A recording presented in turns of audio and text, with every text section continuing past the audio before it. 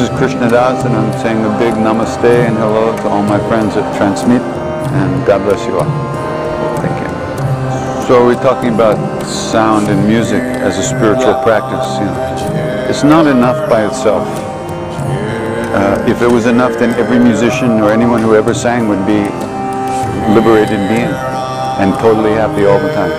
So that shows you it's not enough by itself. But it is very useful in quieting the mind and opening the heart a little bit. So you have to add something to it. And what I do is I chant what they call in India the names of God. And for me this means these names are the names of our own true nature, what's inside of us, who we really are, not who we think we are. And so they say these names come from deep inside in that place, that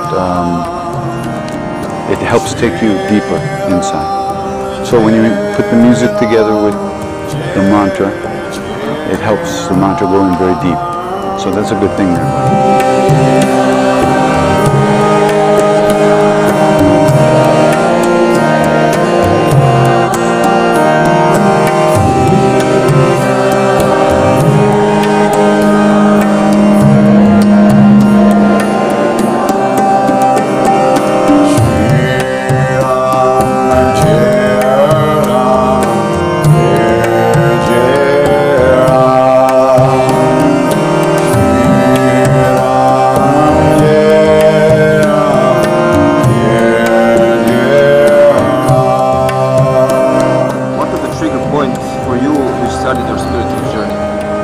Depression.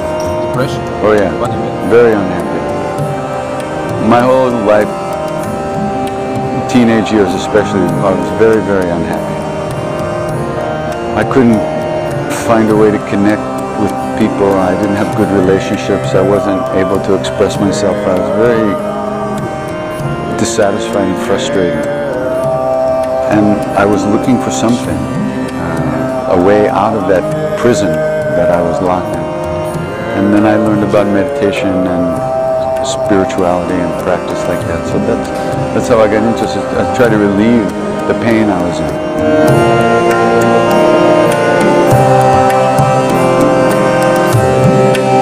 Was it hard to switch from the American lifestyle? Well, different and also very much the same as before. I still live near New York, and I'm still who I am, you know. But now I try to do things that that don't bring more suffering. You know, if you're going to get drunk, you know you're going to have a hangover for 3 days. After a while, you can't take it anymore. So you have to stop the drinking, otherwise you can't stand the hangover.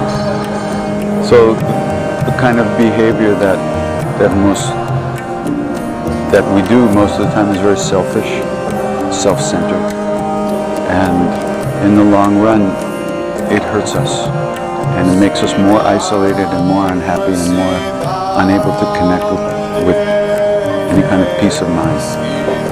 So just over time, you know, the chanting has allowed me to let go of a lot of the destructive behavior that I used to have. So all the things I used to do, I don't do so much. And I don't do it all. I don't drink. I don't take any drugs anymore. I did all that, you know, and it didn't work. So what the hell? What can I do?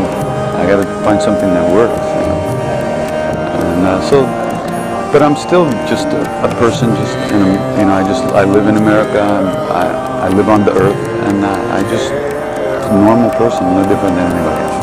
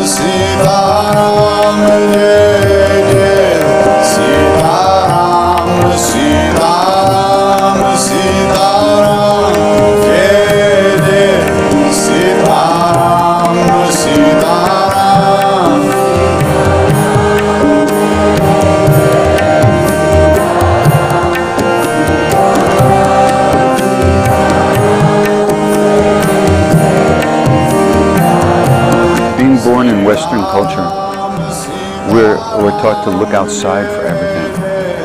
We look outside to other people for relationships, for sense of security, for people to like us, and all that so we can feel better about ourselves. So we have to find a way to feel better about ourselves that doesn't depend on the outside world. And to be a good human being is not easy. But happiness, if someone else is happy, it doesn't mean there's less happiness for you. You know, if you care about somebody and help somebody, it doesn't mean that you're giving anything away. You get more that way. So the real best way to become a good person in this today's world is to think about other people also, and try to help other people who are also suffering in their own way.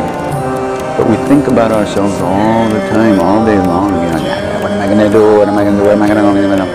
And that's the cause of our unhappiness. We only think about ourselves, and other people only exist in relation to us, what they can do for us, what they are to us. We don't see that other people have a whole life behind their eyes. We don't know what that is. We have to start caring about other people at least as much as we care about ourselves. And that's the best way to live in this world, and find a good way to live in this world.